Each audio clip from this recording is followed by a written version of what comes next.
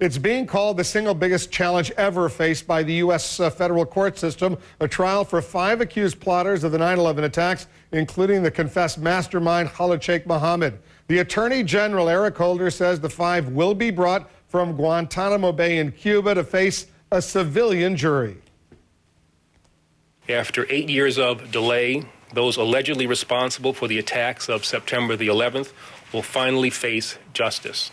They will be brought to New York, to answer for their alleged crimes in a courthouse just blocks away from where the Twin Towers once stood. I am confident in the ability of our courts to provide these defendants a fair trial, just as they have for over 200 years. The decision has set off a political firestorm, but what about the families of the victims? What do they think? Our national correspondent Susan Candiati has been speaking with some of them. Susan, what are they saying? Well, Wolf, you know, families always have differences, and this is no different.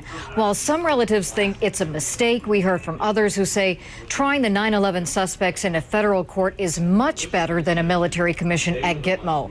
Let's start with one 9/11 victim's father who saw the suspects for himself at the naval base in Cuba.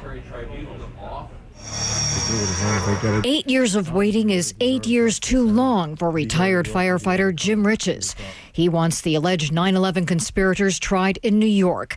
The attack killed his son, a fellow firefighter. I just want to get this moving. You know, justice that delayed is justice denied. Riches is one of a handful of civilians who got a close-up look at suspected terrorist Khalid Sheikh Mohammed and others in a Guantanamo courtroom last January. That's when KSM told a military judge he was the mastermind of 9/11. We don't care about capital punishment or a life sentence, he said. We are doing jihad for the cause of God. And they called for jihad against America. They were proud of what they did. And, you know, here I am sitting there. The man that murdered my son is standing there saying he's proud that he killed my son. But another relative who lost his son says bringing the terror suspects back to the scene of the crime will bring unbearable pain. You bring it back here, for me, my feelings, it's tasteless, it's insensitive, and those scars, which have never been healed, are just going to be opened again. So I am not comfortable one iota with this call. Kristen Breitweiser, who helped push for the independent 9/11 commission, says New York is ready. She plans to attend the trial as often as she can. I think New Yorkers are certainly more than capable of handling it.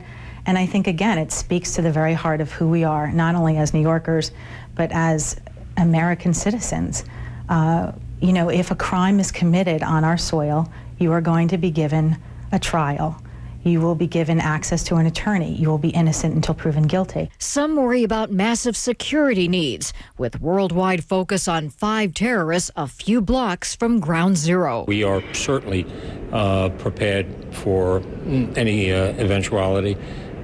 We handle a lot of high-profile events here. We had the Blind Sheikh's trial here, other high-profile trials and events. That's what we do. So I think we're in excellent shape to handle it. And we also asked the families, what about worries that the evidence will hold up? They say the Justice Department has assured them it will. A jury will decide. Wolf? Susan Candiati, thanks very much. Getting some mixed reaction there in New York City. Criticism of the decision, though, has been sharp and quick. Listen to Eric Holder's predecessor, the former Attorney General, Michael Mukasey. A decision that I consider to be not only unwise, but in fact based on a refusal to face the fact that what we are involved with here is a war with people who follow a religiously based ideology that calls on them to kill us, and to return instead to the mindset that prevailed before September 11, 2001, that acts like the first World Trade Center bombing, the bombing of our embassies in East Africa, and other such acts can and should be treated as conventional crimes and tried in conventional courts. We're going to be speaking also with Alberto Gonzales, the former Bush Attorney General. He's got some strong views on all of this as well. The trial of those 5 9/11 suspects promises to be unlike anything ever seen before in federal court, poses huge challenges. We're going to be getting some special insight from our senior legal analyst, Jeffrey Toobin. That's coming up.